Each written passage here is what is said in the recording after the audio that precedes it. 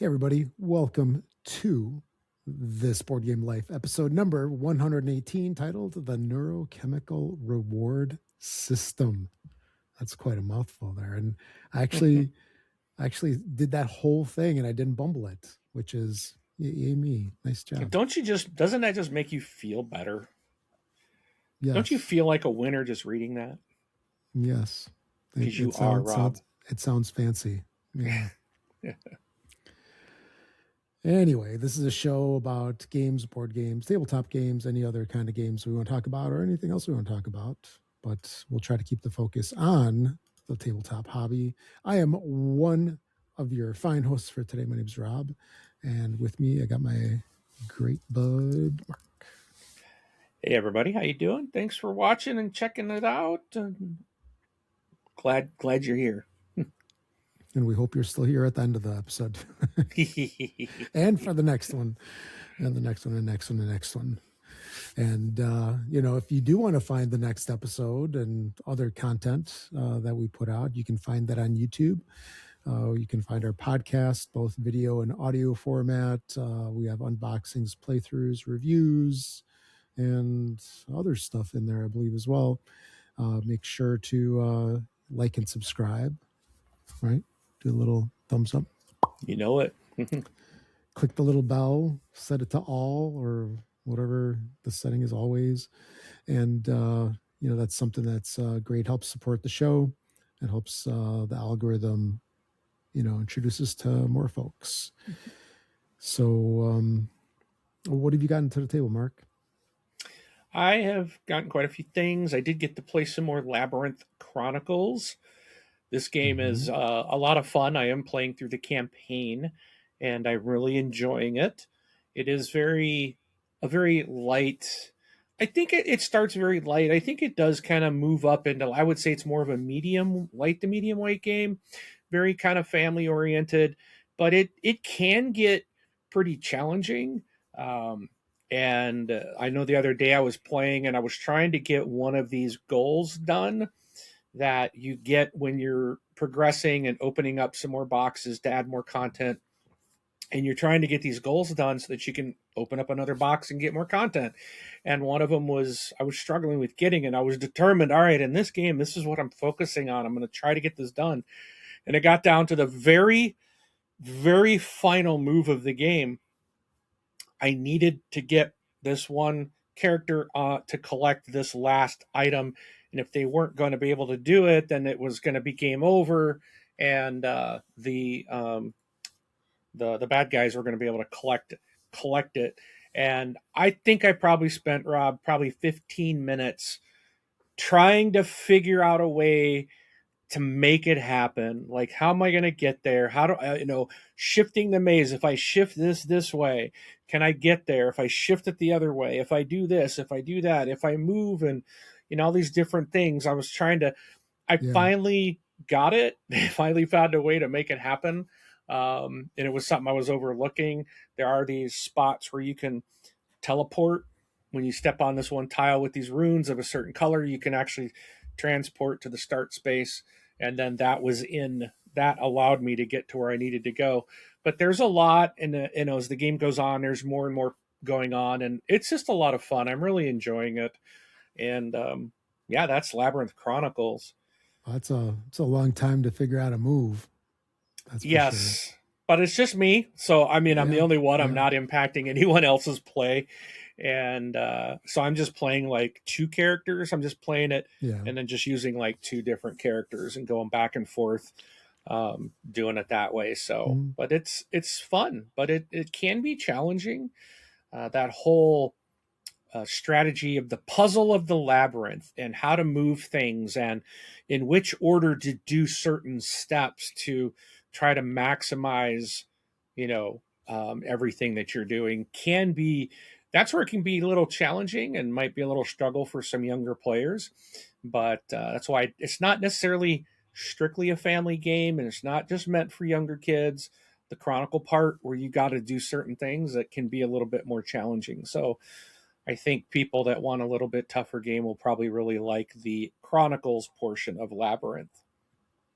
How's the whole 3D terrain kind of situation hold up I after it holds you up play? well. It works very Okay. well, and I'm impressed with it. I like it. I had a bunch of people at my house the other day, and I was showing it off because it was set up on my kitchen table. It still is. It's going to stay sat up until I can complete it, which I'm getting closer to. I'm getting closer to the end of it, and but yeah, people were impressed with it and thought it looked really neat. So, and it is. I like the I'm 3D just thinking tiles. from yeah, I'm thinking from the standpoint of I know when I had Castles of Burgundy and I got all the 3D terrain and stuff like that. That was kind of a hindrance to the game a little bit. It kind of slowed things down. But in Labyrinth, everything's cool. Is you think it plays just as well as if it was just flat 2D tiles? Yeah, I think it plays better.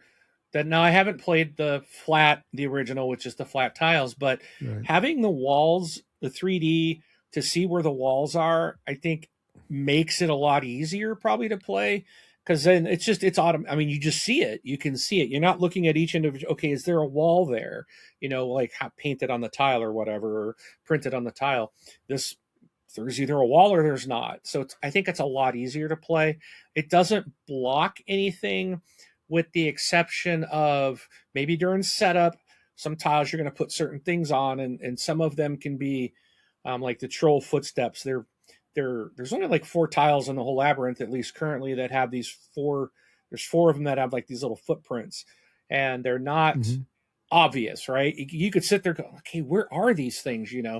But then you put them in, and then depending on how you're sitting, you might not notice it when you're walking through that there's a little thing there, a token there. But honestly, it really don't block much. You can pretty much see everything. The portals stick up over the walls, so it's not like, as you're moving along your objectives, you can see everything. So it works Okay. very well, I think.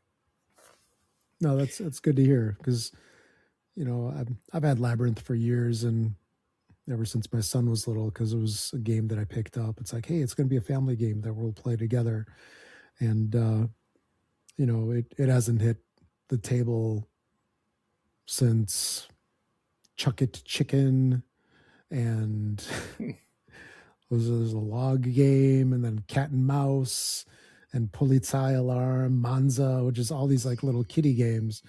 And, you know, I don't know how much play would get in an adult setting, but I like the fact that you're enjoying it and it seems more challenging in the Chronicles version versus, the plain old game that's been around for, dozens of years.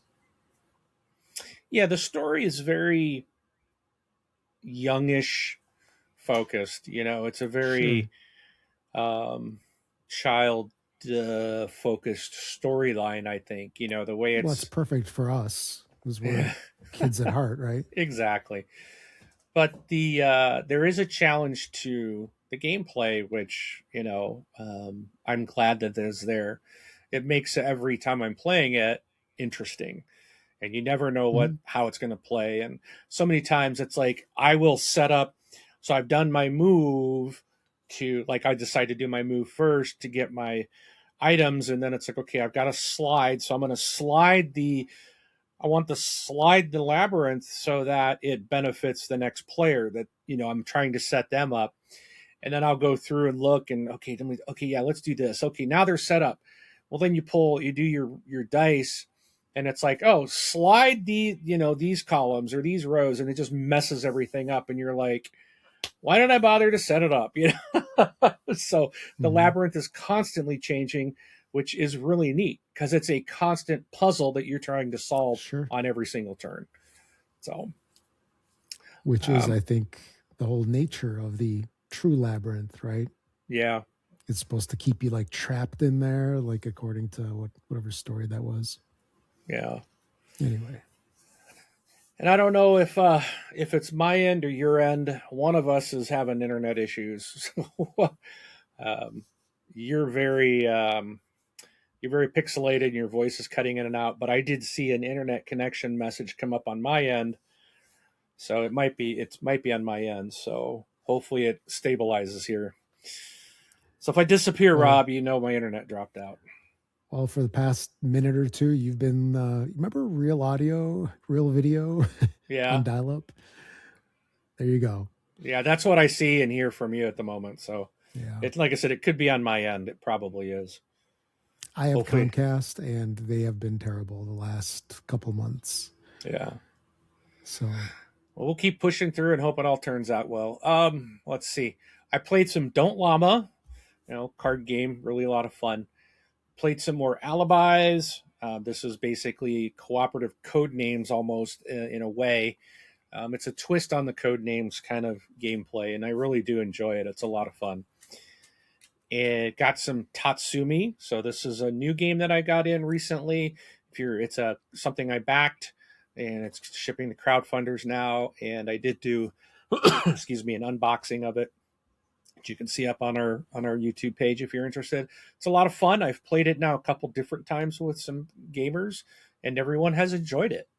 It's quick. So this is a game that if you've got someone in your life that doesn't want to spend a lot of time playing games, this is 40 minutes. They say 40 get them minutes. out. And yeah, there's that. Boot them. But if you're stuck with them, um, this is a 40-minute game. It plays really quick. It's very easy to teach. And I think this is something that people will, non-gamers per se might enjoy and really like it. So check out Tatsumi. Also, I played some Mandalorian Adventures. I went through and finally got through all the missions there, and it got to open up the secret envelopes that were in the game to get all the content into it. And then I moved on to the Mandalorian Adventures Clan of Two expansion, and I've been playing that. So I've done a couple playthroughs of both of those, so you can see those if you'd like on the channel. I also got to play one of my favorites, Apiary. Absolutely love this game. Got to introduce it to some people who had not played it before, and they really enjoyed it, which makes me happy because I really think Apiary is a fantastic game. It's got to be one of the weirdest themes, bees in space. I'm like, what? I think you need It's to say that like bees in space, Yeah, well, like I don't want to get sued by the Muppets. Muppets, so Yeah. so it is bees in space, but it is just if you get past the theme, the gameplay is just amazing. I love it. I love how this game plays. So check out Apiary if you haven't. It is fantastic. We played more Shadow Hunters in my group. I also finally got to start a D&D campaign this week with some friends. So um, had a lot of fun doing that, and I'm looking forward to playing some more D&D.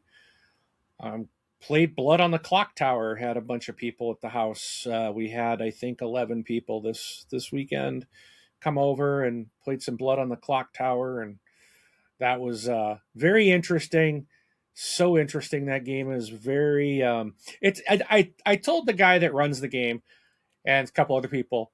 It's not something I would say I necessarily love the game, but the sitting there and watching the interactions and just being a part of this experience is incredible.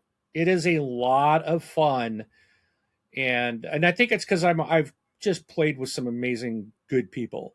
I think this is one of those that could be ruined by maybe diehards of this series or something that know it all or something like that. But if you can get a good group, this is just an incredible experience. So that's Blood on the Clock Tower. Last two games I played, I did get to play Flip 7 with a vengeance. And I'll tell you what, it's it is really fun. I mean, I love Flip 7. The Vengeance is kind of the meaner version of the game that just came out recently, and I finally got a chance to play it, and it's a lot of fun. And there was some situations that really created some very interesting gameplay moments, and that we just didn't get with the original Flip 7. And that has some pretty cool stuff too. But both games are a blast, and but Flip 7 with a Vengeance is it's designed to be a little bit more aggressive, a little bit meaner towards your opponents. And then lastly, I played Racco, which is a game from the 50s. Oh So yeah, yeah, but it's still a lot of fun. So, and I pulled it off. I got a win on that, so I was happy. that's it's a classic game, and definitely fun to play once. It's Not it's not fun. necessarily 5 games in a row, but yeah. Yeah. So, but that's it. Anyway, all right. And if you're wondering how you can contact us, I've got the answer for you. You can reach out to us by commenting on any of our videos on the YouTubes. And then also we're out on Board Game Geek. We've got a guild, and we've got a blog over there as well. Feel free to reach out to us over there, or on the post for the show. And you can always email us at contact@thisboardgamelife. All right. So .com. .com, yes. On to the news. Only a couple news stories this week. It is that time of year where the conventions are starting. So this past weekend, yeah, I think it was this weekend, was Adepticon, which I've personally never been to, but I know my local game store is always there every single year. And there was an announcement over there. Archon Studio and Blizzard Entertainment unleashed the StarCraft tabletop miniatures game. Hmm. So the StarCraft board game was much loved, I'll say that, when it was out. And a lot of folks love it, especially probably the ones that played the video game, because that thing's a classic. It's been around for what, probably 20 years now, maybe 15, 20 years. I know Yeah. Warcraft just had like the 15th or 20th anniversary edition. And StarCraft, came out shortly after, I think, Warcraft 2 or 1 or 2. Anyway, so this game is going to be coming out. Let's see. There's a 2-player starter set, Founders Edition, which was announced this month, and it's slated for a May 2026 retail release. And then there's a faction-specific Protoss starter set that was at the show, as well as a Protoss Zeratul expansion. So, if you're interested in StarCraft, definitely look forward to, more information coming out about this, because it's coming real soon, like 2 months from now. Then we've also got Slay the Spire.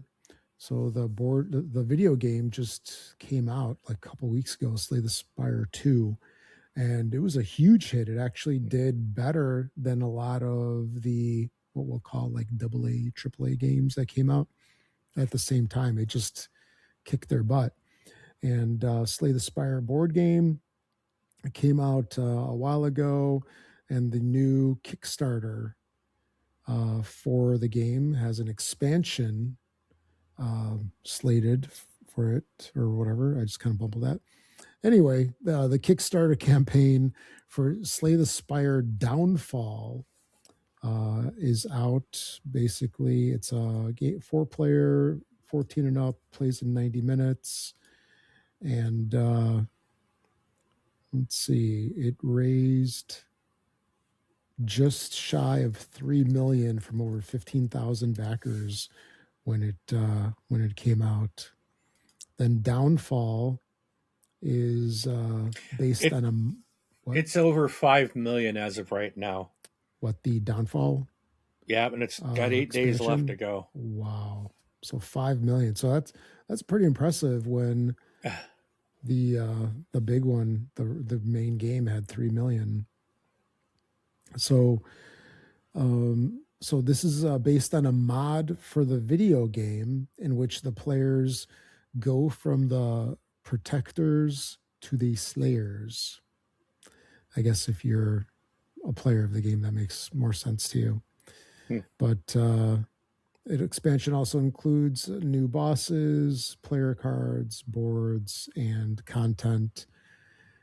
And there's also a collector's edition, which includes 92 acrylic tokens, I would assume, as opposed to the regular, chits or tokens, whatever you want to call them.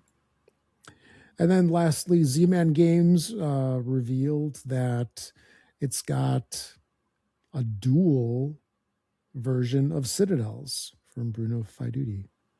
Hmm. So this is a game that's been around forever. It's going to have a street date of on retail of October 23rd.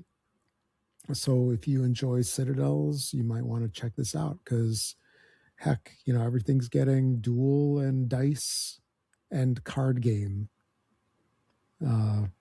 versions. Well, unless the card game is a card game, then it doesn't get the card game version. Then it just gets dual and dice maybe. But this is a 2-player game, ages 14 and up, plays in 30 minutes, and it's going to retail for a mere $29.99, which is not bad nowadays because a lot of games are way more than $29.99. So anyway, that's it for the news. You ready to jump into the main topic? Sure. All right. Sounds good. So our main topic was the neurochemical reward system. Mm-hmm. Because that is a thing. That is absolutely a thing. Where, winning a game, losing a game, it has profound effects on people, both It good does. and bad. Yeah. Depending on the person, or maybe depending on everybody around them and how they perceive it. So you want to just, we've got kind of a list of stuff. You want to just go through a bunch of these and kind of talk about them, or you want to jump around? Jump around.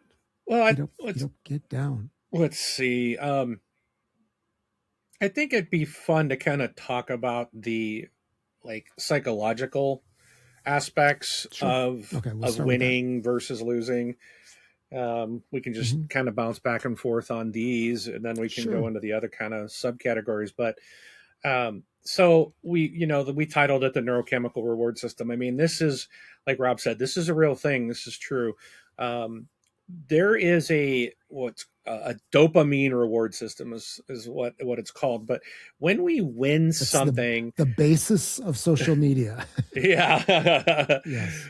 So winning does trigger dopamine, and this is a neurotransmitter that creates a pleasure sensation and motivates individuals to repeat the behavior, which I think is like what Rob said about social media.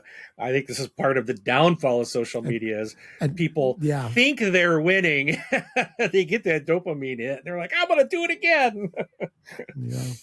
But so yeah, maybe that also leads to shelves. Oh yeah, full of stuff too, in a different way. But we definitely get a dopamine hit. I think when we're buying stuff and gets us excited, but it does. I mean, so there is that reward that we get when we are winning something. And again, we're even on board gaming, you still get that sensation of pleasure and happiness, and so that can be why some people are they want that. There's more than just winning the game. There is that additional hit that you get internally, physiologically, I guess. No. How about the next one, Rob? So there's what's called the winner effect, where success can boost testosterone. I guess if you're a male, I don't know how that would affect females, but actually they have testosterone to some degree as well, not as much, I believe. But so what about the non-binaries though? I have no idea. So it can boost the testosterone and dopamine, of course, which we just talked about, leading to various things, like confidence, higher probability of future success. And man, I'm trying not to make a corny joke about this commercial from the 90s Yeah. about this info. Never mind. I'm not going to go there. And I will say that on the flip side of this too, if you lose a lot like I do, it may have Loser. the opposite effect where your confidence goes down, or you might have a higher probability of failure in the future. I would imagine it's got to work both ways, but today we're talking about winning. No, I'm sure. Well, we can.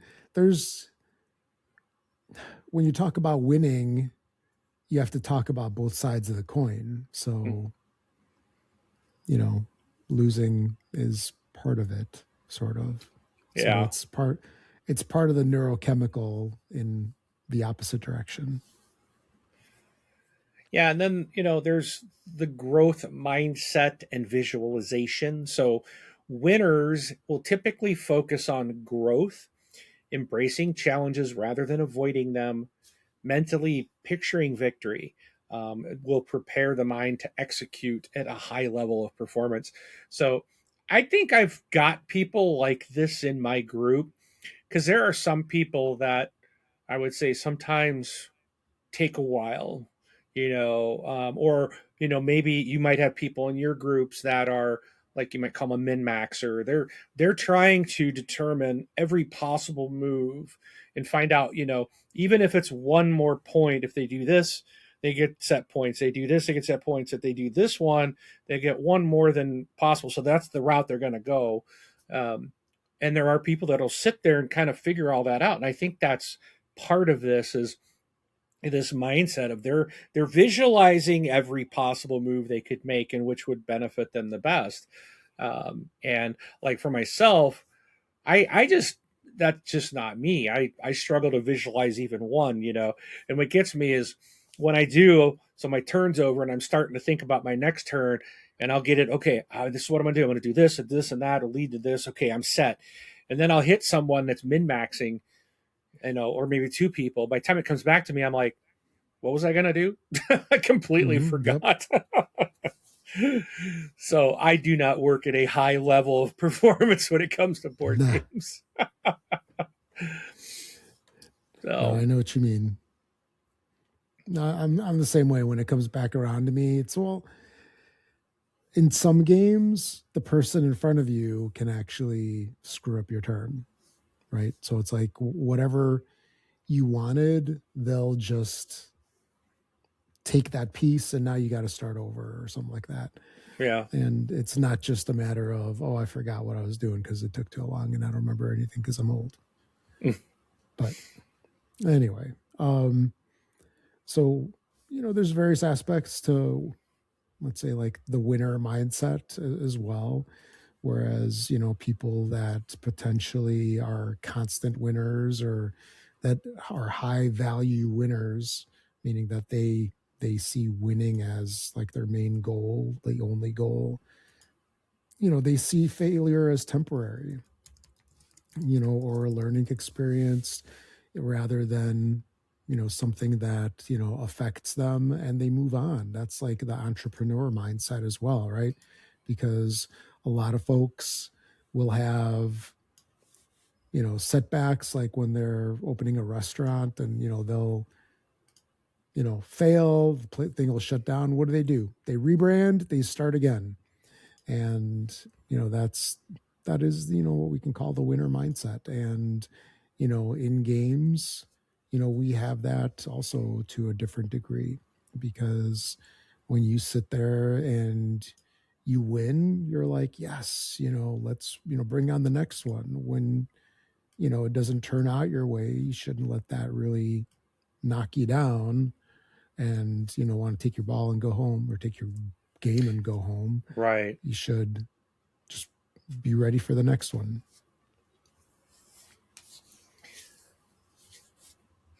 You Yeah. grab So the next that one. was you did resilience, right? Yeah, you done with your Yeah. big check marks? I've tried to. It's I helpful. We got a noticed. lot of stuff going on here. I like Yeah, that you did yeah. that last time, but I couldn't find where you got it. So, all right. Uh, We should leave it at confidence. the top of the notes so it's always there.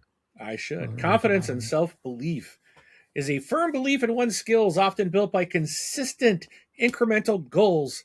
It's a common trait of high achievers. So again, um, people that I've got people that just seem to win a lot. There are these players, and it's just like sometimes we joke too. It's like, oh, Like your daughter. yeah, oh, she won again, or but there again, I think that a lot of times we talk some of the things that we have talked about here in this list. When you play consistently, like I play a lot, and a lot of people I play with are playing on at least on a weekly basis, but because they have these traits or they've got these, they're these kind of mindsets and behaviors and things that they do and ability to visualize this just does build confidence. They know that they can win. They know that they're gonna make right moves. I mean, and a lot of the guys that I got a lot of people in my groups that are can be pretty consistent at winning.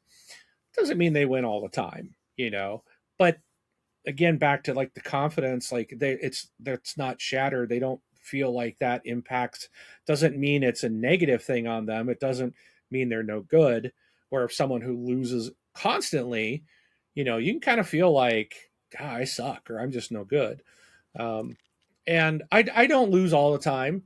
I don't win. I lose more than I win, but I'm with I play with a bunch of people that play at a high level, so it's to be expected. But again, it can be.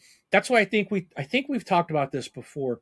It's so important not to go into board gaming as like I gotta win all the time. I have to win. I have to win. It is just a game, and everyone you're playing with, especially if you have a diverse group of people are going to be performing at different levels.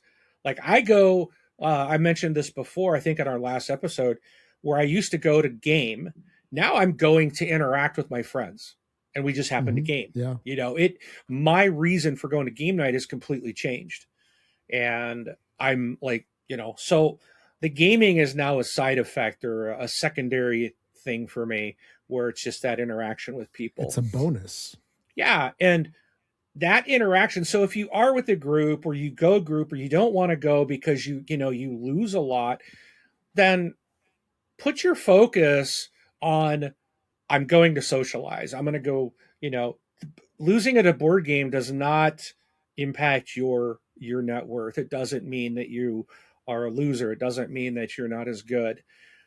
Everyone's got different skill levels. They got different ways that they think. Play a game like Just One or some of these word games, um, code names, for example, and you will see people will just they'll think something, and it's like that's kind of the way they go. You can all be looking at the same word and coming up with different ways to try to get people to guess that. And mine, I'm like, oh, it's so obvious. How can you not get it? Well, they're thinking just a different way about it. It doesn't mean they're wrong. It doesn't mean you're wrong. So if you are being impacted, if your confidence or belief in yourself is going down because of gaming, then you know I would recommend people to change your mindset. It should always come out as a positive effect. Hey, I lost. Like my daughter asked me, "Do you get tired of me beating you all the time?" I'm like, no, because I enjoy playing with my daughter. I enjoy the memories that are created from that. I enjoy the interaction, The time. Yeah. because like now they're all away at school, and she's going to be home in a few weeks. I'm like, yes, I can't wait. And then her older brother's going to be a few weeks behind her.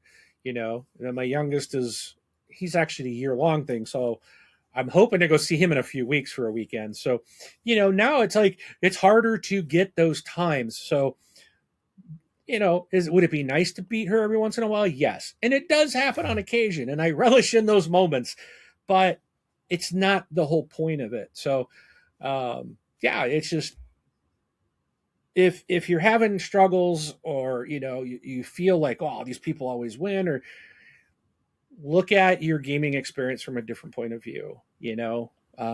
Hey, you're having fun, you're building memories, you're getting to do new things. And if you're less like me, I'm always seeming to play something different. How are you supposed to you can't get good at it if you only play it once or twice and then you're moving Yep. on to another game. Um, so if you're like our game group, is that what I just said? Our game group now Yeah. we are moving to a first Wednesday of the month is going to be new games, like things that haven't, we're supposed to be bringing brand new stuff, right? And then the rest of the month is games we've already brought, games that we may have only played once or twice, but we want to get to play again, much like Apiary for me last week. I love that game, and it's like I haven't played it in so long, and I get to play it again, and I'm just like, oh, I want to play this so much. So, you know, make sure that your game group's not getting locked into the cult of the new, and we've got to play something new because it's very hard for people to get good at something when you've only played it once or twice. To improve your skills of getting better at a game, you've got to play it more than once. So, anywho, I think I rambled a lot on that one, but No, it's good. It's good. No, it's some legit stuff there. Then next up, why do some people care so much about winning, and other people like you and we don't? I don't say we don't care, but it's not a priority. What do you think is like the motivating factor? Is it like a personal defect? I don't know if that's the right way to put it. Or is it just their personality type? Or is it, I mean, what motivates them to like, there's some people that are like win at all costs. and again, I think it kind of goes to maybe a lot of the different things we've just talked about. Yeah. I do think outside of those like psychological things going on and the physiological hits from dopamine and testosterone stuff like that, yeah, I think there is also that um, mental, maybe how you raised, how you were raised, how you as a young Yeah. kid were you playing like the people you originally played with. I hear a lot of times like, well, we don't play with this person in my family because they'll throw the board and they throw a fit and they're just a bad gamer. Well, maybe they were that way when they were a child, and maybe some people have outgrown that. Some don't. Some just don't. Some just, and Mhm. again, it can come back to that they look at it as a reflection of their worth. And if they lose, they can internalize it. I'm one of those type of people that, and I've known for a very long time, I internalize things, and I could hear like, which is hard in my role at my job because I work with customers who sometimes are not happy, and they'll call and contact me and complain, or give me, and that's what I'm supposed to hear their issues and try to solve them. And one of the things I've had to work with so hard over all the years is that to remember when someone is calling me and complaining, they are not mad at me. I didn't break the system. It was a computer related issue or hardware or software. It was not me. But some people have a really hard time separating these things, and they take it personal. So that's why I think leads to people like flipping boards and losing it. We can all have a bad day. I've had it. I've talked Sure. about it on the show where I behaved badly. I didn't flip a board, but I behaved badly towards my friends, and then I felt bad afterwards. We have a bad day. That can happen. So, but it can't be every week. And Yeah. if you've got people like that in your group, then you're just going to have to talk to them about it and say, look. And that's kind of, I think, what I want to try to get across today to our listeners is, if you're struggling with, I feel like I have to win or that I'm no good, then that's, you know, I would recommend trying to figure out a different way to approach your gaming, because losing a game does not mean that you're a bad person, does not mean you're dumb, doesn't mean you're a loser, doesn't, none of that. It's just a lot of times it's lucks, but so many games out here too are luck of the draw. Like, Yeah. there's some that take some brain power, and I'm just like, yeah, I can't think 5 moves ahead. I'm lucky to think one or two. And I just like, yep, I'm not going to be very good at this, but I'm going to give it a try. I want to learn it. I want to see what the fuss is about. There's lots of games I've played that are hot or everybody's raving about, and I'm like, I think this game sucks. And I've played it 3 or 4 times, and I'm like, yep, yep, don't like it. It's not me. I just don't like the game, and that's okay. We don't have to like everything. So some people are just some are gonna min max because they have to win. Some because they got to feel good about themselves, or just the way that they are, or maybe they're a higher level performance because they min max and it's the way they think, and you know yeah. No, absolutely. And I wonder if some of that has to do with personality types too. Oh, Like, I'm sure. there's, let's say, like type A personalities. Maybe those are more apt to, go down that road of, must win. And then there's that test that has, the letters, like the 4 letters, INF something. Maybe that has some correlation as well. But who knows? It just, we are who we are. And, hopefully, whichever way that we are, we get to enjoy the games with people and not relegated to having to play solo games because nobody wants to play with us because we're jerks. But Yeah, and anyway, I mean, I think you and I are very similar, like styles, or I think you and I both approach board gaming pretty much the same. no, I agree. Because Yeah. I mean, I remember kicking your butt like 8, 9, 10 games in a row. You going a whole day without even winning. I mean, and you still come back What? for more the next day. Now And you're then but telling then you tall turned it around, tales. and I didn't win anything that day. Yeah, But no. we still stick around for the Yeah. gaming. So No, because in the end, the way that I perceive it, I love the experience and I love playing games with you. So to me, it yeah, doesn't matter if I win or not. If I win, all the better. But I at the same time, I don't want you to be sobbing in the corner because you can't handle all those losses and then you won't play with me. Then then we both lose. so you're throwing me a bone every once in a while is what you're saying. Yeah, yeah. There you go. Yep, Oh, yep. Mark's got a tear in his eye. Better give him a win on this one. I know. Oh, I better start. I better start losing some points here. Anyway, so yeah, next up we've got, so there's sore winners and sore losers. Normally you think of just sore losers, but a Oh, sore winner is a thing. Now, between those two, which is worse? I think a sore winner is worse. I can understand someone being upset or being a poor sport because they lost a lot more than I can understand someone who won and is just a poor sport about it.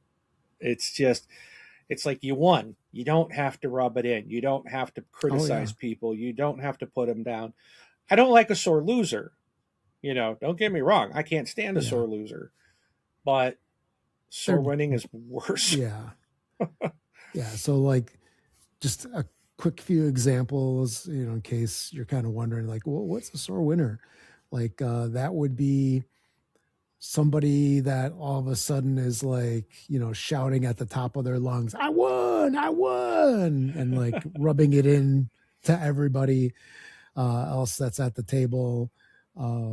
Another thing, this one's kind of like borderline maybe, but where they go through and then they start going over all of the amazing plays and moves and everything that they did, again rubbing it in the noses of everybody else. Maybe it's a Yeah. perception thing for us that lost, or like this is one thing that annoys me, and that's where the winner all of a sudden starts trash talking and like mocking other people's decisions in the game. Like, I'm thinking about one instance that I had way early in my board game journey where I was playing Tigris and Euphrates, actually. That's the game that we played last year, Mark. Was that in Yep. February? Was it that long ago? Well, so speaking of which, we're due pretty soon, a couple weeks. Yeah. But anyway, it was Tigris and Euphrates, and the guy that won is like talking to me, and he's like, "Why would you make that move?" And I'm like, "It was a valid move." And Yeah. he's like, "That was like a ridiculous move." And I'm like, "I took a gamble because in there you're drawing tiles out of this bag, Yeah. and I took a gamble that I would get certain tiles, and it didn't work out. And it was kind of a crummy experience, just you know basically talking down to people and doing that. So yeah, trash talking and mocking somebody. It's different if you're trash talking and everybody's doing it, Yeah. but when trash talking's one way, that is a sore winner. Being condescending and all that. And that's a couple of views of what a sore winner is. Sore loser is easy because I think there's way more of those, Uh, I especially kids. oh yeah. I usually do my trash talking. I did it the other day. It was like very beginning of the game. I'm like the first one to score points, like in a 2 hour game, right? And I'm Yeah. like, yeah, I'm kicking everyone's arse, and it's all joking because I'm like, Hmm. I got 1 point to everyone's zero. Well, there's a lot of game, and then of course at the end I'm usually losing, but that's kind of my thing. Is like, as soon as if I get a point right off the bat over everybody else, I'll be like, yeah, I'm kicking your butts. And it's But that's like it's one not thing a if it's that's if just it's joking around, right? yes, that's all it is. And It's it's yeah. and it's humor that is, at least for me, is appreciated. I That Yeah. doesn't bother me. Yeah. It's And not cockiness because I know I'm gonna lose. And I always tell yeah, people, hey, why are you losing? Get out of my spot. that's yeah. that's my territory. Last place is Get my up there spot. past me already. Yeah, Oh that's funny. no. Anyway, all right. So I think you got some information on. Oh no, this was still me, right? So there's what they call the dual nature of winning. So another some more psychological stuff coming at you. Sorry if we're educating people today, but still, motivation versus addiction. So while winning fuels ambition, it can become addictive. The rush of dopamine from winning can lead to overconfidence, or in some cases, unhealthy competitive behaviors and vicious cycles of behavior like gambling or overindulgence. So I'm really, thankfully, like my group, I have not run into this. Even the people there's a couple people that always come to mind that win a lot, but they're very quiet. They're very um, almost Humble. like yes, humble's a great word. They don't ever talk about it. They don't ever brag about it. They, you know, um, just like the rest of us, be like, "Oh, you won again? Okay," you know, not not the actual gamers themselves. So, but it can happen. You can get addicted to this, and you can become overconfident sometimes. And then, if you do, you've got another very high level gamer on there who's competing with you. You got to be careful not to get overconfident because you might make a mistake because we all can make mistakes. And next thing you know, now maybe you're going to be about a sore loser because you made a mistake and you're upset because you ended up losing. So it can it can be good and bad. Hmm. So So did you do that? Was that the motivation one? yeah, now Okay. yeah. Okay. And then next up, so there's. Oh, my screen just went dark. Thank you, screensaver.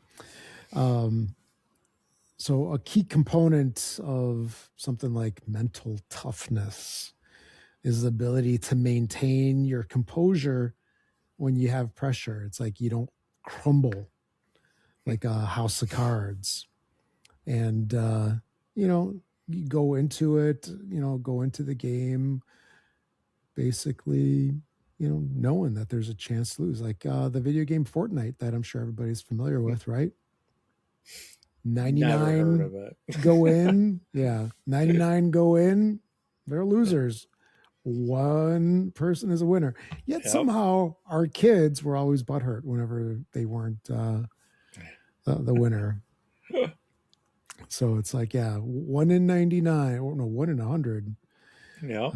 is the only winner. So yeah, it's like, when we go into these games, if it's a 4-person game, unless it's a co-op, there's only going to be one winner, 3 losers. So the odds are actually in our favor that we're going to be a loser. How about that? That sounds great, isn't it?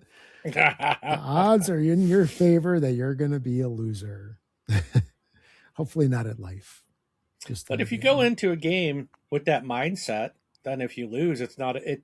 That's another aspect too. If you kind of just go in like I'm just going to have fun, I'm not concerned about the outcome. Then if you lose, then it's okay. You're not.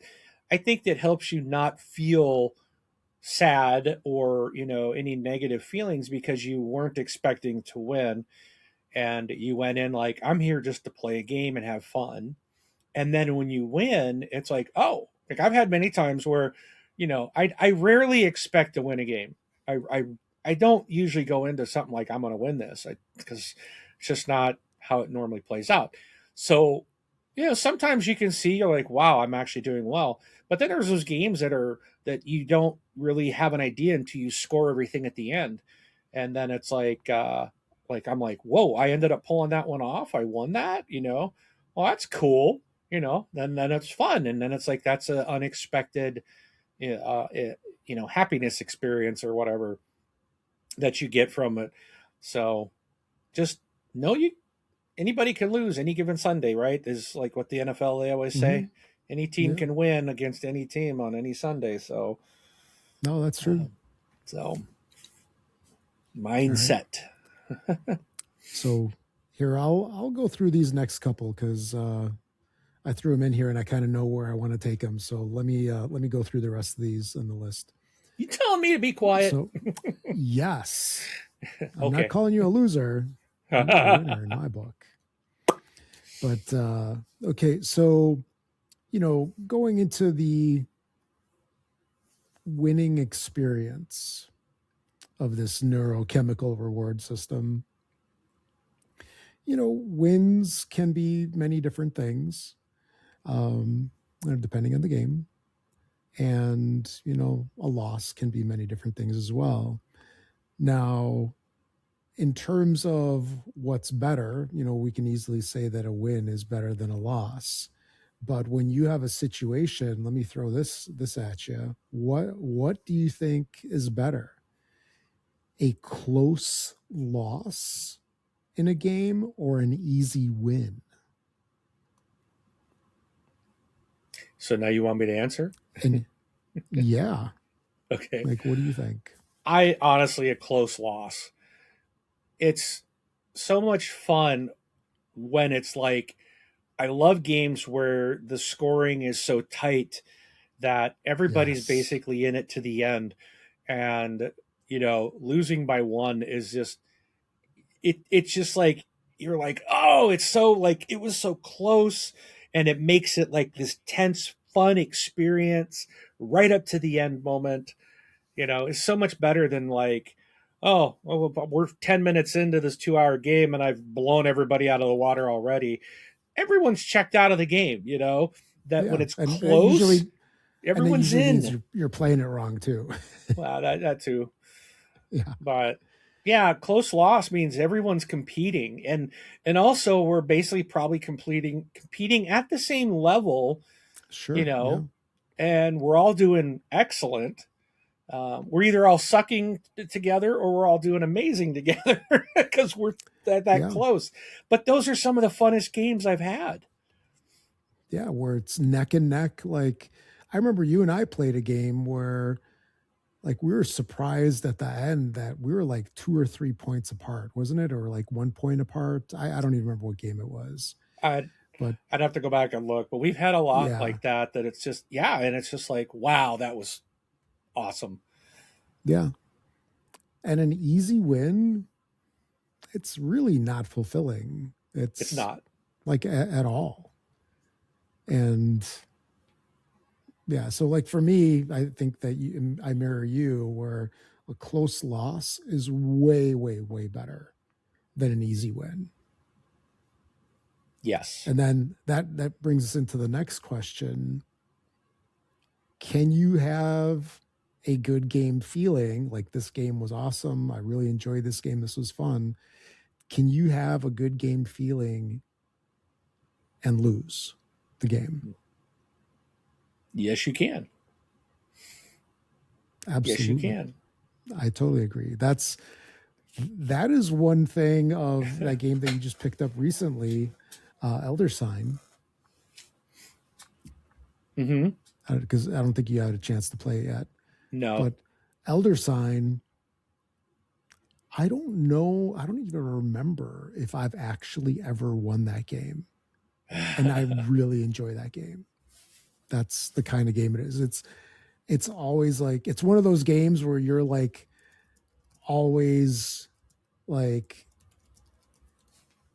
against the odds and you're rolling these dice and you're trying to like squeak out a win. And most of the time you lose. But then you're like, that was still a lot of fun. It was so Yeah. close. We almost had it. Anyway, okay, so moving on to the next one. So there's different styles of games, right? Party games, there's, mass market games, Euro games, strategy games. Do they attract different attitudes towards winning and maybe even losing? And what I mean by that is, do you find that people react differently in those games to when they win? For example, a party game might have, I don't know, drinks involved, maybe. Or, it's just more people that are less into the game. And then, a deep down strategy game that might have some more what I'll call hardcore gamers or something like that. That's just some examples. Do you think that the different game styles attract different attitudes? Like people will I be do. more apt to, yeah, go ahead. No, You can say, I do. I think your party games are going to have more of that. I I don't think I've ever experienced someone losing it in a party game. you know, they're lighthearted. They're usually quicker. They're fun. A lot of them you're working with others. Where something more of like a Euro game or a heavyweight game, you know, a lot of people that play those aren't necessarily interested in the party style games. Doesn't not all of them, but I think there's you know there are those gamers that just like the heavyweight stuff or the Euro stuff, and it's more competitive. They want to compete. They want to win. And I think party games are more of like it's just like a social. Let's have fun. Like, yeah, it's a completely so I think you got a completely different mindset and attitudes of people going into those different types of games. no, I agree. And I would also add that there should be more of the party game mentality Yes. into the Yes. other games where people are more about, yeah, let's have fun, let's just wing it, let's see what happens. Yeah, I remember someone taught was trying to teach me Magic the Gathering, and I was sitting. There was four of us there. We were gonna play, and the one guy was giving me like kind of a dry run, just kind of teaching me, and he kicked my butt. And the others were even like, "Dude, like he, why are you doing this?" Like, it was kind of like you're supposed to be teaching him. You're gonna annihilate him so that he feels terrible right off the bat. It's like you shouldn't do that to a new gamer either.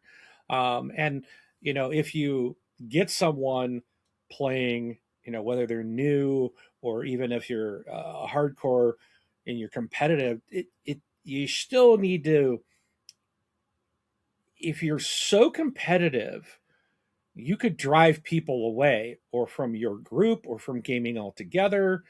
And, there's room for everyone. And, you know, I think if you're very competitive, you'd want someone newer or a noob like myself to come in. And even if I make mistakes, hey, you got the win, right? I always tell everybody, that's what I'm always saying about myself. I'm easy prey. I'm Yeah. I'm gonna be the guy that's most of the time you're gonna whoop with no problem. Maybe I'll sneak a win in every once in a while, but I'm not On normally a threat to accident. people. Yeah. So, but You're an easy yes, having mark. a relaxed attitude across all genres and types and levels of skill levels of board gaming would be a benefit for all. Hmm. So I think we kind of delved into the next one just a tiny bit. Oh, okay. Should should a pro, that's just the word that I came up with for this, in a game, let's say that just basically means somebody who played a lot, knows the strategy, some Wins at games World have, Series of board gaming. yeah, they, some games have strategies that you can almost guarantee a win. If they know all that stuff, should they handicap themselves based on the audience that they're playing? Like what you had just said with Magic. Because I went through a similar thing with Magic where my son and I, we were at Gen Con probably like 7 years ago, 7, 8 years ago. And we went and we did a draft. Now, mind you, I know Magic. I played years ago. I didn't know any of the current cards. So we were just like going through the draft and just picking cards that sounded good. In the end, we had a whole deck of cards that none of them worked together. Yeah. And we just got annihilated. Like Yeah. we lost a game on the second turn. Yeah. That's how bad we got annihilated. And But that's your fault. no, it is. But the person that I was playing, that actually that we were playing, because it was myself and my son. He was maybe 7 at the time, Mhm. so you can think of how much as a 7-year-old can play Magic. And then the guy was there with his like 19 year. The opponent was a man with his 19-year-old son. Yeah. So it was basically two adults versus somebody who's out of touch with recent Magic, and then a 7-year-old. But So I think it depends. So like when I was talking about the guy teaching, yeah, um, you got to be kidding me. I'm not kidding you. Oh, okay, sorry.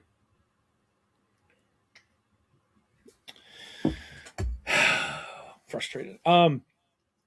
Anyways, I think it depends on the situation. So, for example, the example I brought up about someone teaching me, their goal was to teach me how to play, not to annihilate me. Right. That didn't teach me anything another except that okay, I'm going to lose.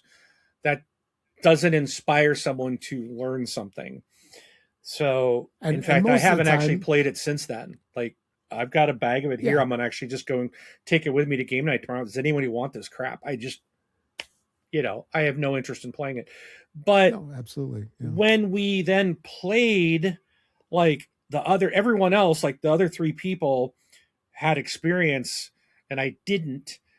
They weren't trying to eliminate me, but I didn't expect them to like. I don't expect them to like take a handicap just because of me. I'm coming to play. I know I'm going to lose. Was interested in learning it, um, and so I think it really depends on the situation. If you're at a con and you're signing up for something, no one's expecting it to be a friendly game, kind of like your situation. Yeah, I don't expect that anyone's going to go easy on you.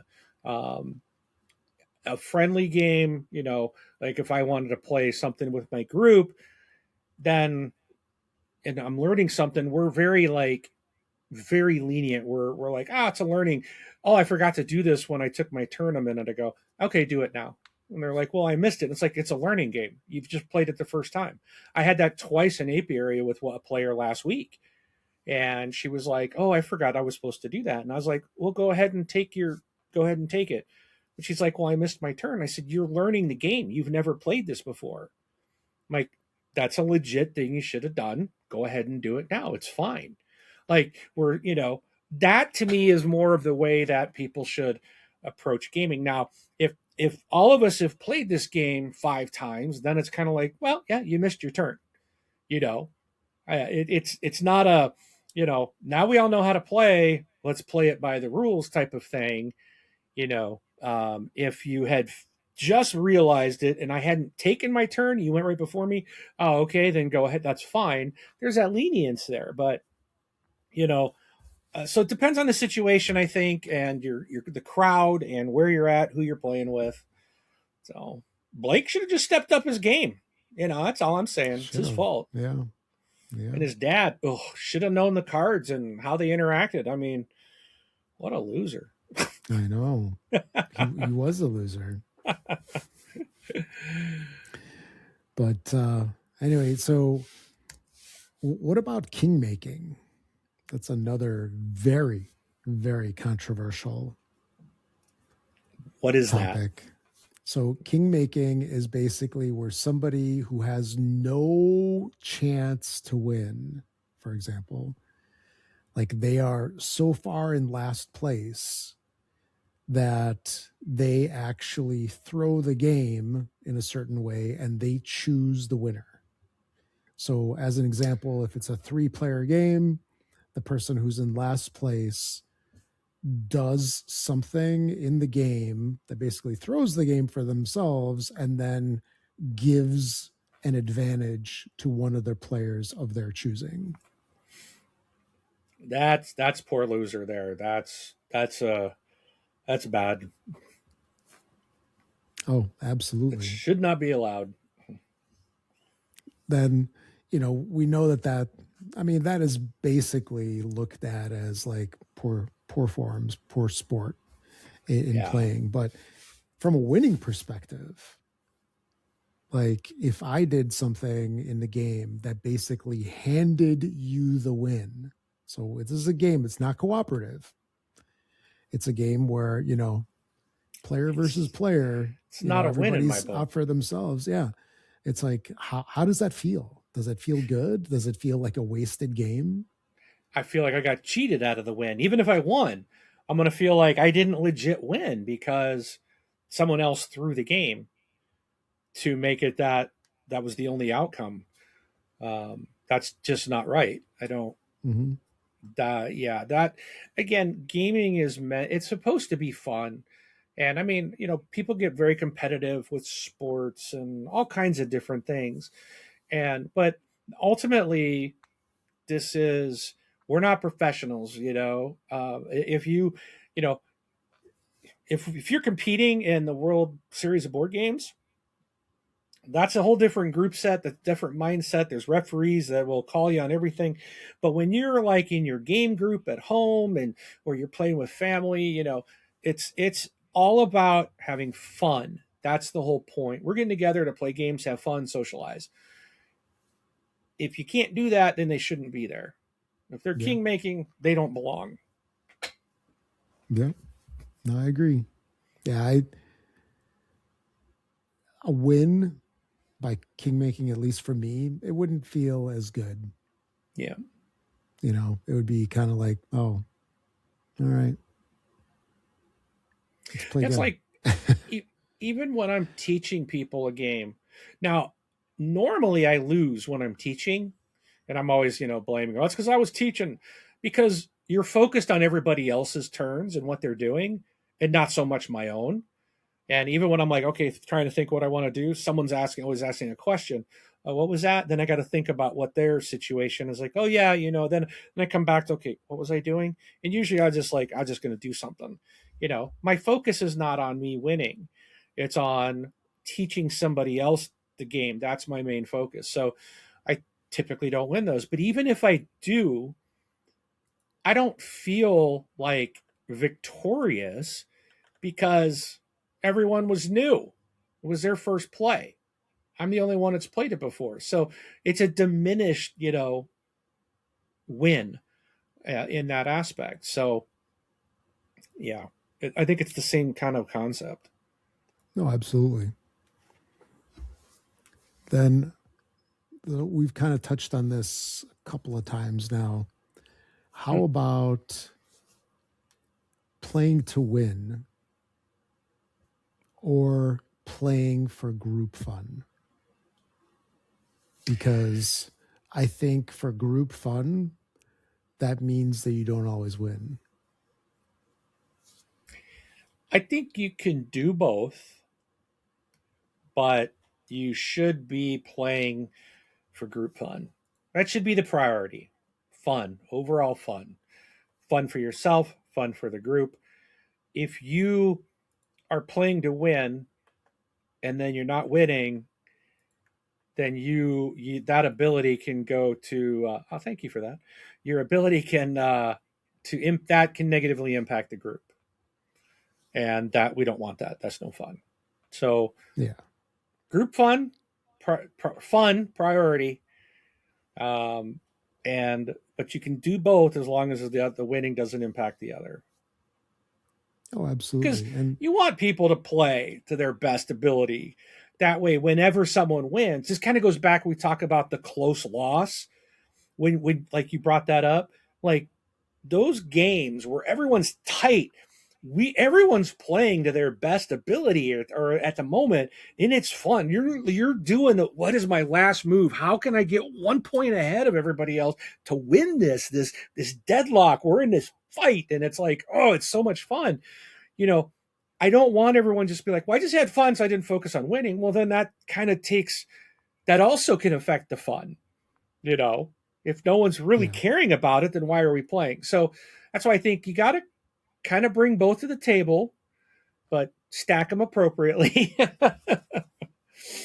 So, Absolutely. And the playing for group fun, that is one thing that I kind of do when I teach games. Is I go from I'm playing to win to group fun whenever I teach games or whenever I have somebody who's new to the hobby, right? I'm yeah, trying to introduce them into the hobby, and hopefully they'll want to play again at some yeah, point. Because the thing is, like, especially if, like, I don't know, like Azul is one of my go-to games to just introduce people to games, because it's relatively easy, it's interesting, and people like it. And the thing is, if I teach the game and I just annihilate them, they're gonna be like, oh, it's a fun hobby, Monopoly dude, yeah, I'm never playing with you again. Versus if they actually have a chance and they have a good time and it's like close, then it's a different story. Or like you were saying, more often than not, it does happen that you play a game, you teach it, and you lose just because you're not taking the optimal choices, sometimes by choice. And like I wind up doing that as well sometimes. I don't know if you do, where I'm teaching the game, I'll see something that's like, oh, if I take that, it'll put me way ahead. I purposely won't take it right. because I want the game to be closer. And So, again, if you're teaching, I'll instruct others. I can see I do it all the time. Like, hey, I recommend you do this yeah, because this if you is, don't, yeah, then yeah, it's going to impact you this way, and I'm going to smoke you because of this, or it's going to create this. You can see what I have here. You don't want me to get that, so I would take that, so I can't get. It, yeah, it's not always about the win; it's about the experience more than anything. yeah, absolutely. Till It's everyone about, gets to know the game. yeah, it's about fun. Yeah. And then the last in this section, how about winning and relationships? And this is friends, significant others, kids, family members. This is a loaded question. Yes, I it think, is. especially when it comes to kids. Again, I think it really comes back to if you teach your children and you also um, oh, what's the word I'm trying to say? You mimic the behavior of fun is the most important aspect. Then you lead by example. Then your kids will hopefully pick that up as well, and you will improve relationships because you're not having these you know board throwing moments or people's having their feeling getting their feelings hurt because they lost. Yeah, And I think for young kids, it's going to be tough for young kids. Kids don't like. No one likes to lose. Nobody does.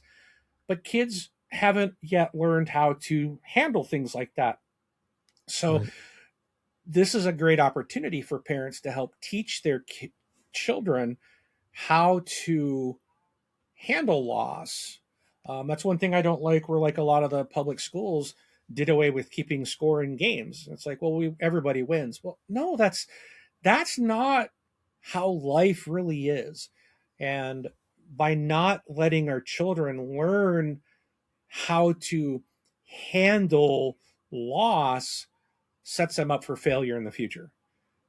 And it's going to be really hard for them to learn it as an adult when the world is not going to cater to them. So it's a great opportunity for us to mimic good behavior, to teach that to our children, and when they lose, to um, empathize with them, console them, and help them. Again, talk about it. You know, and and help them understand that it's all about just having fun, being together. And that will help improve relationships on a mass level. You know, not only just Absolutely. gaming across the board, but it'll help them with just relationships even outside of the family. And so, but it can be bad, Rob. I'm with you. No, I know, I know. I've walked Yeah, away from I've walked away from some family games before. That's it. I'm done. I can't listen to y'all arguing anyway. I'm out. yeah. Peace out. I'm taking my game and I'm leaving. Yep. No, and it goes beyond kids because I know there's, you know, I've Oh yeah. heard stories about, couples playing and then, one of them wins and then they're sleeping on the sofa kind of That's stuff messed up. going on. Yeah. And so maybe that's the the stuff that should have been addressed as kids should have, been addressed so it doesn't go into adulthood. But uh, Rob, I mean, let's be honest. Do we really want to? yeah. Do we want to sleep with a loser? I mean, come on. No, I think the winner gets the sofa. There you exactly. Maybe, yeah. I guess it depends on how you look. I'm gonna win tonight for sure, so I can sleep on the sofa with There the you go. TV. Anyway, so we've got four more left in this list, and just to go through, these are some more questions. So, is losing to a friend different than losing to a stranger?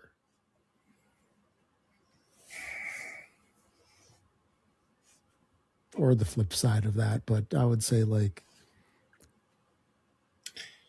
I I I think It go can ahead. be. I think it can be. I think it's easier to lose to a stranger. Really? Yeah. Like we get new people come into our group all the time, and if they win, it's like you don't. I think it's easier to take than like a friend who you've played with a lot because then it's like like same like with you, Rob. If you win every time, then like okay, I'm not coming out to Chicago this year. I'm not doing this board game life con because I'm tired of losing. Or you know, people, your friends, you're always talking about it, you're always being reminded about it. I think it can be harder to lose to a friend than it could be to a stranger who you just don't have that. You probably don't have that interaction outside of that event. But what's your thoughts? So I think it is definitely a different experience. And I think people are more apt to be on their best behavior when it's a stranger.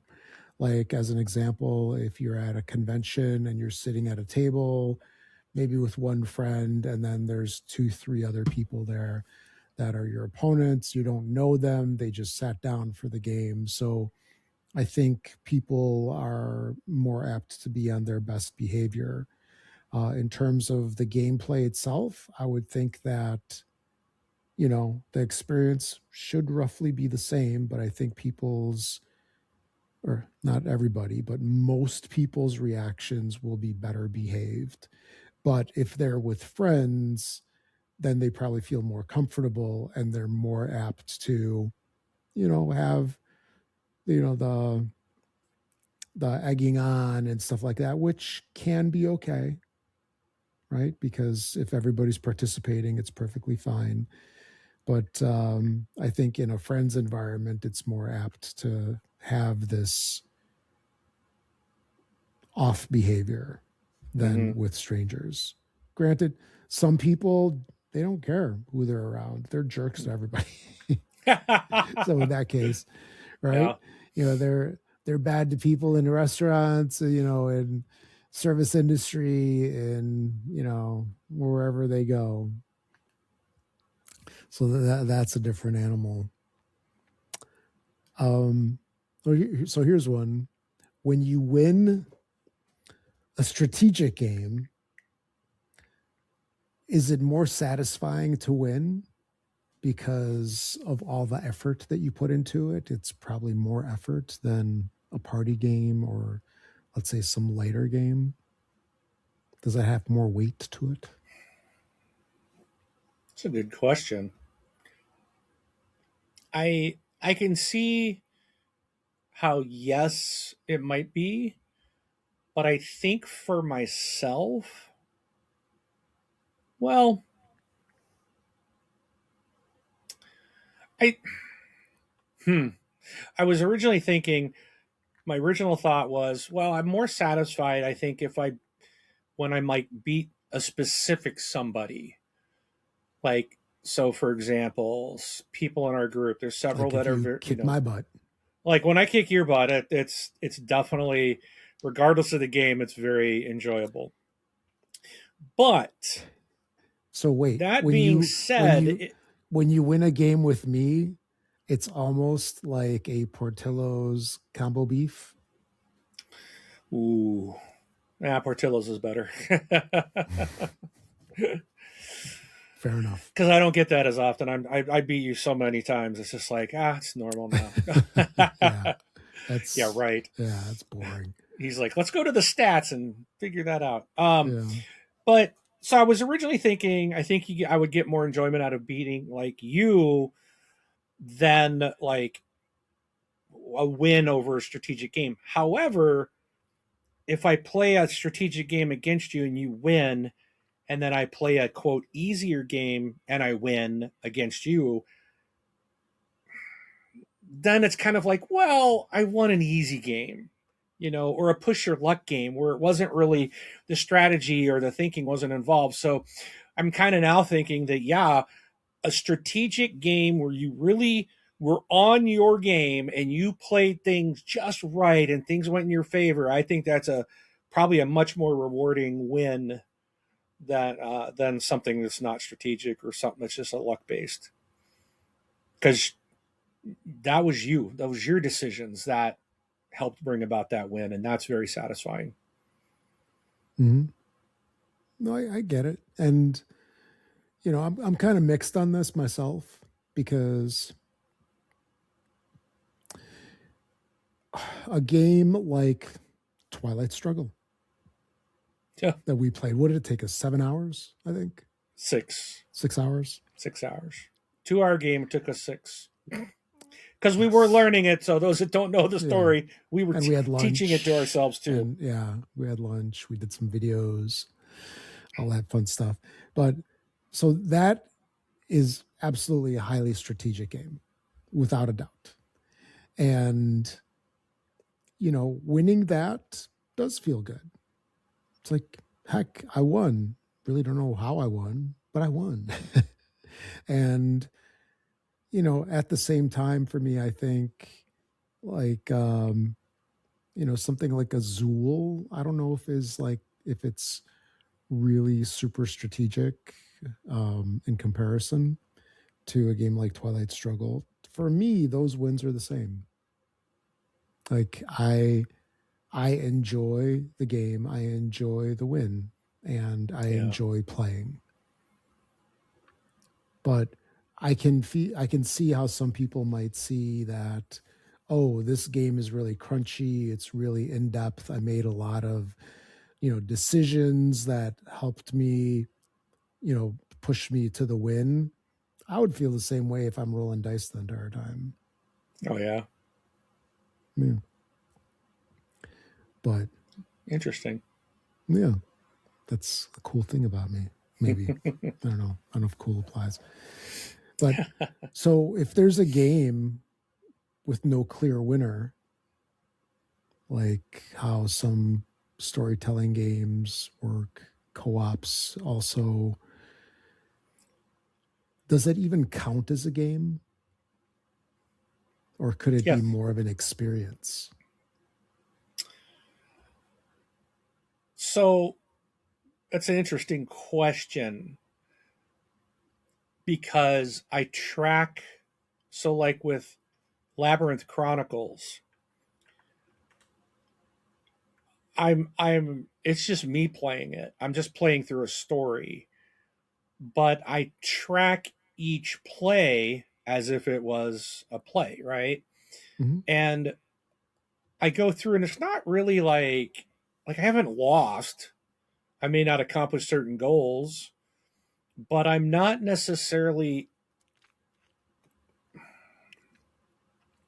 how am I gonna how am I get a lot of the items. Like I'm kind of looking at this one as they score some points, the enemies do, and then I do, but I'm like scoring way more and I'm progressing in the story. So yes, I chalk it up as a win, even though it really is not a win. You're just playing through this story. But on something like Pandemic Legacy, if we succeed, it's a win. If we lose that month and have to replay it, then it's a loss until we play it. And then, like Pandemic, I think you can only lose a certain amount of times and then they just move you forward anyways. So, if that case, it would be like, yeah, we never won this month at all. And then we just had to move forward. And so I track it whether it's a win or it's a loss. Yeah. Um, I don't know if I'll ever hit a loss in Chronicles, in Labyrinth Chronicles. I was thinking of that the other day when I was logging it. I'm like, well, I'm just not really not it's not really a win or loss situation, but I still count it. I played the game. I still went through the scenarios. I did accomplish some stuff. And what I didn't accomplish, I will work on in the next one. Because sometimes you don't always open new content. Just like, oh, I got one goal done, but I need to get two goals to go back into this box and get more content. It's still progress. So I still count it as a win. No, I get it. It's very, very iffy though. Makes me feel Yeah. better. Yeah. No, in part, it's like from the perspective of, a game has competition and you're going against other people. Because that was the thing about competitive games that people brought up initially, like when they first started coming out, was like, is this even a game? It's like, you're, didn't you, like, when you first got into the hobby, weren't we talking about competitive games? Like, with, the island game, Forbidden Forbidden Island. Island.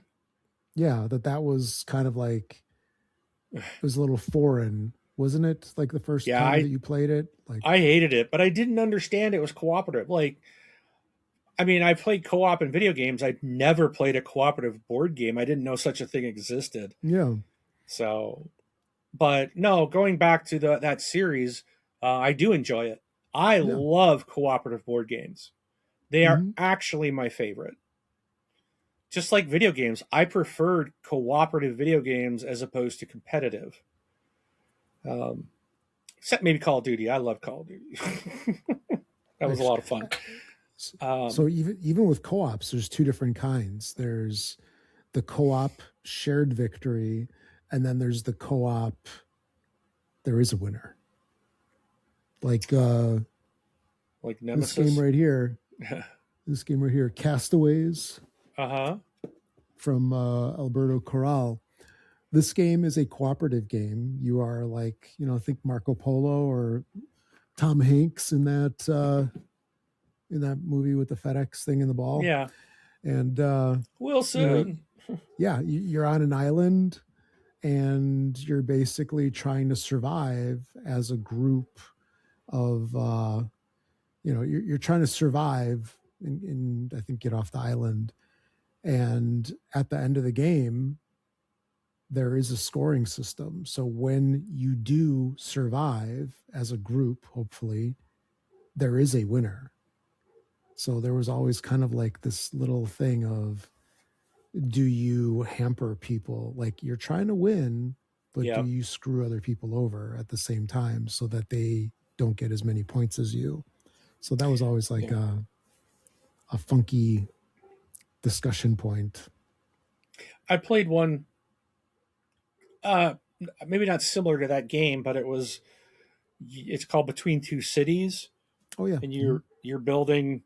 You're working with the player to your left and the player to your right to build cities that you both are contributing to. But then at the end of the game, you're scoring up all your points that you got on like both of the cities or something. But you're trying to get your point more points than they get. Yeah. So it's cooperative, but it's both cooperative and competitive. It's weird. It was a really weird game, but still counts in my book. I actually think I won that too, and I'd only Very played it nice. once, if I recall. I could be wrong, but I'm pretty sure I pulled it out. So, which was a Yeah. surprise. Mm-hmm. Actually, maybe we should give this a try on the con. It's a fun TBL game. Con 26. Yeah, yeah. Heck yeah. Yeah. All right. And then the last thing on the list, if you're not playing to win, are you really playing? So That's the Ricky Bobby way to look at it. If you're not first, you're last. I I think this kind of goes back to what I said earlier, and I don't like. I want everyone to play to win because that's what keeps it fun, keeps it competitive. It's really not fun if someone's just sitting there, not really into the game, not really playing it right. It does impact the fun of everyone else. Yes, Mm-hmm. the fun is number one, but I want everyone to play to win, just not win at all costs. Win so that everyone is feeling like we are actually playing the game the right way, all striving to get the win. But if we don't, it's okay because we had fun. That's that's the thing. So I want people to play to win, just not at all costs. No, I get it. And, you know, I think you said it really well because you want everybody to play in the spirit of the game, Yes. but not be jerks about it. Yeah. Basically, It's as simple I as was that. I was going to use a different four-letter word instead of jerk, but that gets it What, punk? across. No, it starts with a D. Anyway, Dude? Sure. Yeah, don't be a dude. So anyway, that's our little discussion on Oh, dope. Gotcha. Don't be a yeah, dope. yeah, exactly. On the neurochemical reward system, which is Yeah. actually there's a lot to it that you normally don't Yeah. think about that we just sort of like take advantage, not advantage, take for granted. Yeah. And yeah, there's a lot of aspects to it and a lot of social and personal interactions with it, both good and bad. Yeah. Hopefully more good than bad. So if we'd love to hear your thoughts on that. Drop us a line somewhere, either email at contact at this board game life, or just drop a note on the podcast on YouTube or wherever you get it at. Yep. So all right, so moving on. One last thing before we close it out. I think we both did some crowdfunding Yeah. recently. I did more than you for a change. Wow. I What's know. I was what's shocked. what's happening here? There's something wrong. Something's amiss. So here, I'll go through mine. The first two is like a double whammy because it was actually in the same crowdfunding campaign. I did the Great Sea and the Towers of Sifnos. So these are two of the latest Garfield games. Mm. So like Hadrian's Wall and Scar Bray or some of these others that they did. So that's the latest two. And man, I was struggling with this one. Like I've been struggling a lot with these crowdfunding campaigns by like trying to not go all in. Yeah. And I did it again. I got the regular versions. I did not throw in like another $30 and then get the coins and then the special What a loser. I know the special um tray. That's the word I was looking for. The special tray that came with it. So, granted, I would love to have them, but in the end, it's like, do I really need them? No, I'll save the $30 and go to something else. And then I You can also print your own backed trays now. exactly. That was another motivation. And it was only a tray for one of the games. Like you would think that they would do both of them. But yeah, the other thing is I backed For the Gods. So I think I did this one right after the last show. So I just threw it in Yeah. here. And yeah, that was kind of like a last minute thing, but it looks like a decent game, looks interesting, and it's not super crazy expensive. So I went in with that one. What did you back? So this was something that I knew about that was coming out. I was following it for a long time. Then it finally came out and I saw the price and I was like, I'm not backing it. And then I got the notice like there's only 2 days left. And I ended up backing, it's called, I don't even know how to pronounce it. Comao? Cameo, Comao. Camel. It's COMAO and it stands for Composite Air Operations. And it is, if you are familiar, this is the game I always wanted. This was one I had in my mind that I'm like, I would love to design this game because it doesn't exist. And essentially, if you're familiar with the X-Wing miniature game, that's what I wanted that game essentially, but with modern aircraft, modern combat aircraft. Mm-hmm. And that's, it has finally been designed, but it was the price. I was like, I'm trying to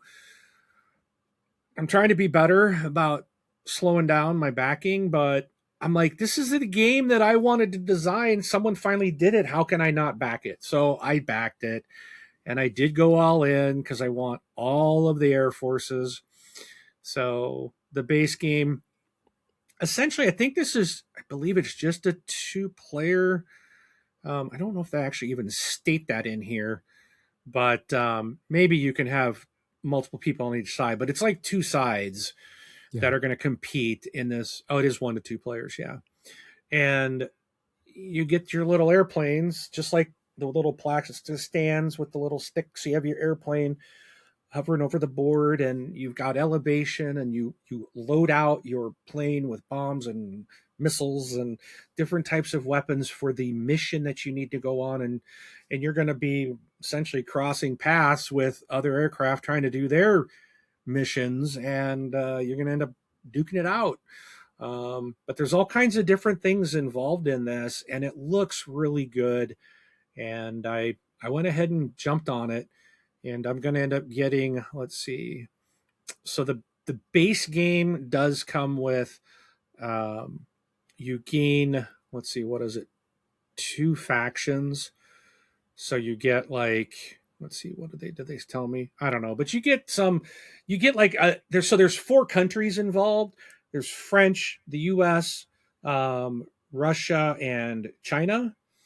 And so it's like in the base game you get like one airplane from each of those countries, and then they have faction boxes where you get like, I think 4 8 more planes. I don't know how many in each box, I don't remember, but there's these four factions as well from each of those countries, which give you more airplanes and different airplanes from those countries that to go into the game. And it just, yep, I did it, I backed it. So Yeah, I'm because excited for this. you sent me this thing, and when I saw it, I'm like, Mark got his game. Because I know Yep. your love for this and how much you wanted it. And as soon as I saw him, like, he got it. Yeah. Finally. So I'm pretty stoked Was, about it. no, and I'm excited that you're getting So this thing. Hopefully it delivers. here's that. Well, that was my other concern. It's a lot of money. The good thing is this is being designed by an actual pilot, military pilot from the French Air Force.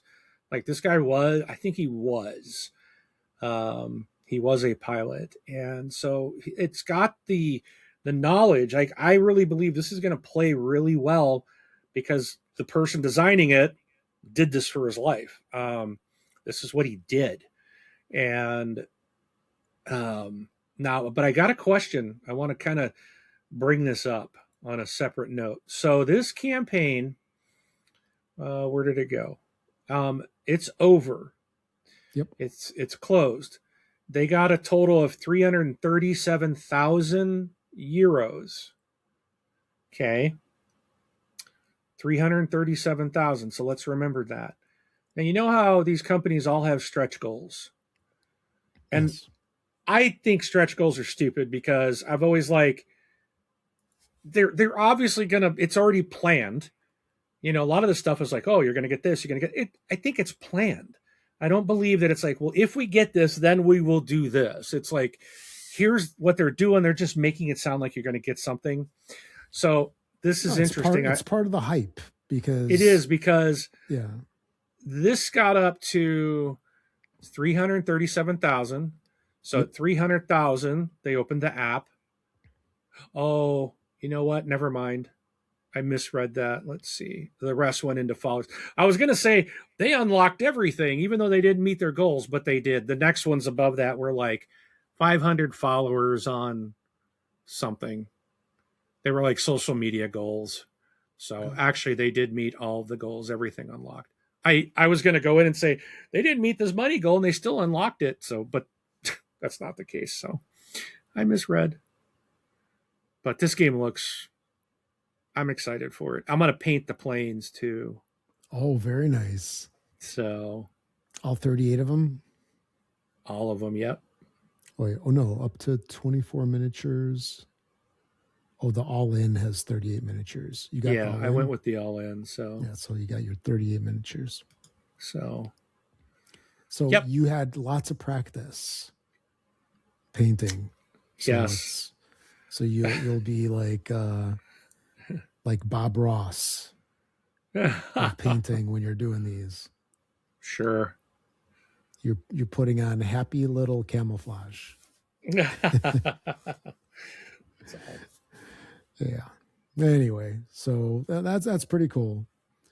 And when is this supposed to ship? Probably next year. yeah, it's next year. Yeah. So it's good that they have all the backers and we're almost 2,200 backers, and yeah, we'll have to play this on let's say the next con next year, maybe. Yeah, when you could, yeah, out here. Let's see, when is it? Trying to go find that where they tell you. Oh, it says January 2027, which will probably be There January you of go. 28. But Yeah, if you if never it's know. here for the con 27, then yeah, we'll play this. Sounds good. So Anyway, but, so yeah, that's all that we had for episode 118. all right. Any closing remarks before we take it out? Just be kind, have fun, keep it fun. Yes. That's Yeah, it. play the game for the sake of the game, in the spirit Yeah. of the game. All right, I'm Rob. Thanks for listening, everybody. Catch you all in 2 weeks for the next episode. And I'm Mark. We'll see you at the table.